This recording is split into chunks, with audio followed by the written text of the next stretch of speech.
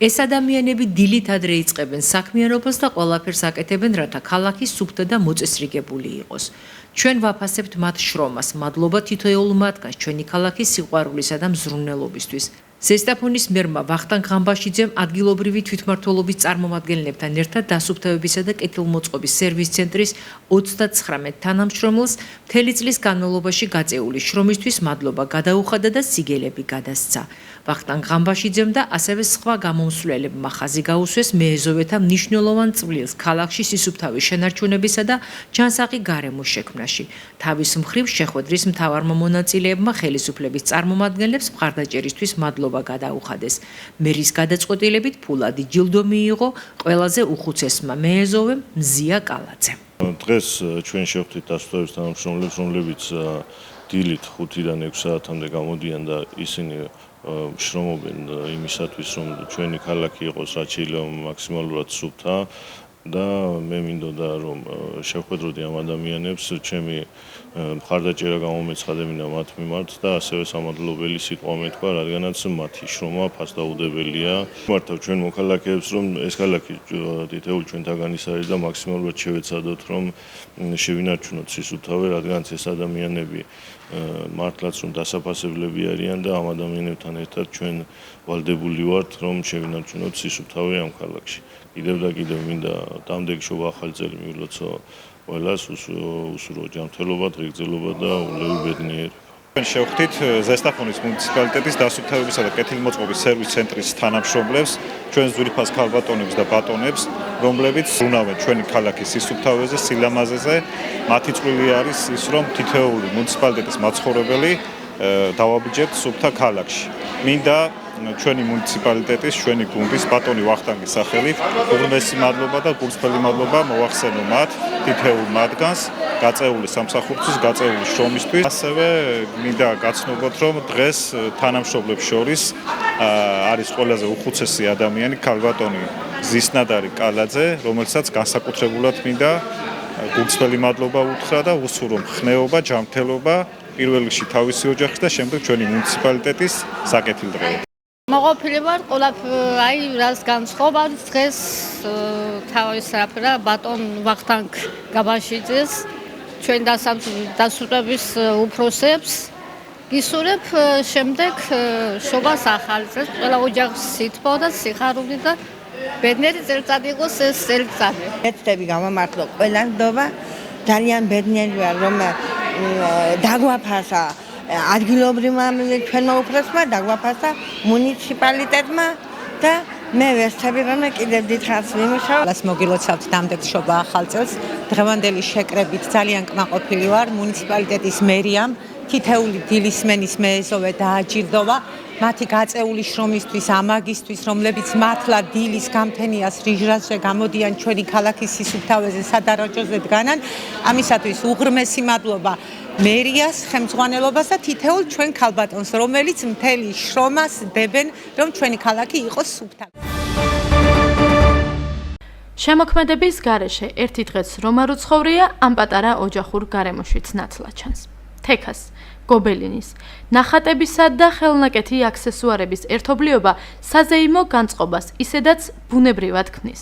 თუმცა, საახალწლო დეკორაციები, რომელსაც ამ პერიოდში განსაკუთრებით დიდ დროს უთმობს, ელენე ჯუღელის შემოქმედებას კიდევ უფრო საინტერესოს ხდის.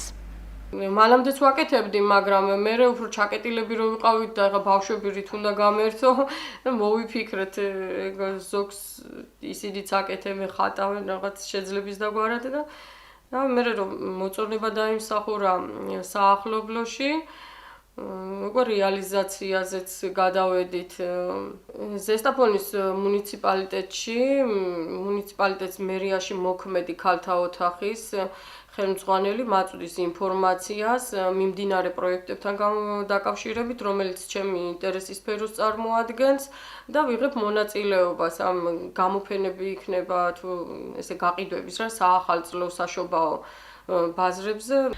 ახალი წლის დღესასწაული სამშვილიან ოჯახშიც ჯადოსნურია. ამბობს, რომ საკუთარი ხელით შექმნილი აქსესუარები ნაძვისხეს განსაკუთრებულად აფერადებს. თუმცა წელს ასე გადაწყვიტა მთავარი საახალწლო ატრიბუტი, რაც შეიძლება სადა ყოფილიყო. ინსპირაცია საკუთარი შემოქმედება და პროცესში ბავშვების ჩართულობა. უცებ მოფრინდა იდეა, რომ ეს აბრეშუმის, აი ჩემს ბავშვობაში იყო, რომ თოვლის იმიტაციას ვაკეთებდით ბამბის ქულებით და უკვე აგეთ დალოცვილი აბრეშუმის პარკი მქონდა და ინსპირაცია წამოვიდა მაქედან და გავაფორმოთ ესე სადა ბუნებრივად აბრეშუმით, გირჩები ბავშვებმა მოიტანეს და ესე სადა გამოვიდა ორიგინალური ჩვენი ნაძვისხე. აბრეშუმი 40 წლის გამოყენებითი ხელოვნების მხატვრის შემოქმედებაში წლის მთავარი სიახლე და ინტერესია.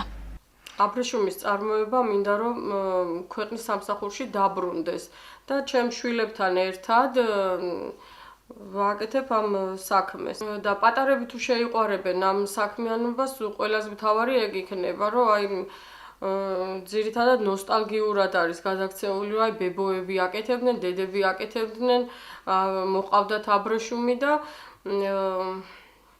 პატარებს კიდევ თვალითაც არ უნახავთ, ეხლა ჩემ შვილებს ჰქონდა ეგ ბედნიერება, რომ თვალით ეხილათ, ფოთოლს კრებდნენ და მეხმარებოდნენ შეძლების დაგვარად და რაც თავარია შეიყვარეს აბრეშუმის ჭია და ზიზღი არ გააჩნიათ მის მიმართ და ხალისობენ. ცუდე ინტერესი გამიჩნდა, რომ აი რა უნდა მოყვეს შემდეგ ეტაპს და დაველოდე მაგალითად აქედან ეხლა გამოსულია პეპელა, რომელმაც კვერცხი დადო იქვე. ეს არის, მაგრამ ეს შემდეგი ეტაპი უკვე აღარ ვიცი, ამას სპეციფიური ჭირდება გამოყვანა, რომ ჯანსაღი თაობა მივიღოთ აქედან. ქართული აბრეშუმია და უნიკალურია, უნიკალური თვისებებით, იმიტომ რომ ქართული თუთა ისეთ ნიადაგზე მოდის, რომ რძე გადმოდის თვითონ იმ თუთის ფოთოლს და იმით მიღებული აბრეშუმი არის ძალიან სასარგებლო. ფიქრობს, რომ საახალწლო განწყობების შესაქმნელად ზრუნვა წვრილმანი დეტალებით იწყება და ყველაზე დიდ ბედნიერების გზაზე გადის. ყველა ოჯახში ბედნიერების, ხვავის, ბარაქის მომტანი ყოფილიყოს და მშვიდობა ყოფილიყოს, რაც მთავარია მთელს დედამიწაზე. დამსაქმებელი და 5 ყველაზე გამორჩეული პარტნიორი. ანუ ეს არიან ის ორგანიზაციები და ის ადამიანები, რომლებიც მთელი 2025 წლის განმავლობაში აქტიურ თანამშრომლობაში ვიყავით მათთან. არ გაგვიწყვეტია კონტაქტი, არა მხოლოდ მათთან, არამედ უამრავ დამსაქმებელ ორგანიზაციასთან და პარტნიორ ორგანიზაციასთან. აქვე წარმოვადგინეთ მომავალი წლის გეგმები, საკმაოდ დატვირთული საინტერესო წელი გვექნება. ვაპირებთ მომავალშიც ძალიან მჭიდრო თანამშრომლობას, როგორც ადგილობრივ ისე საერთაშორისო პარტნიორ კომპანიებთან და შემიძლია ვთქვა, რომ სააგენტომ მათ შორის ჩვენი პარტნიორი ორგანიზაციების დახმარებით წელს შეძლო, რომ 12000-ზე მეტი მოქალაქე ჩაერთო სხვადასხვა პროგრამაში და სერვისში და რა თქმა უნდა სამომავლოდ ეს მონაცემები და ეს ციფრი კიდევ უფრო გაიზრდება და კიდევ უფრო მეტად დახვეწილ სერვისებს და პროგრამებს შევთავაზებთ მოსახლეობას. ჩვენი ორგანიზაცია სტაჟირების პროგრამაში იყო ჩართული, რაც ძალიან მნიშვნელოვანი იყო ჩვენი ორგანიზაციისთვის და სოციალური საწარმო მენდესთვის. მადლობა ამისთვის დასაქმების ხელშეწყობის სააგენტოს და დიდი სიამოვნებით თვითდანაშრომლებს აცდს. წელს ჩატარდა საკმაოდ დიდი ღონისძიებები ბათუმში, ქუთაისში და ფოთში. წარმატებით ჩატარდა ყველა ღონისძიება, დასაქმდა ძალიან ბევრი ადამიანი ჩვენს ქარხანაში. საკმაოდ ბევრი პროექტები გველოდება წინ. მადლობას ვუხდით დასაქმების სააგენტოს გვერდში დგომისთვის და წარმატებული პროექტი.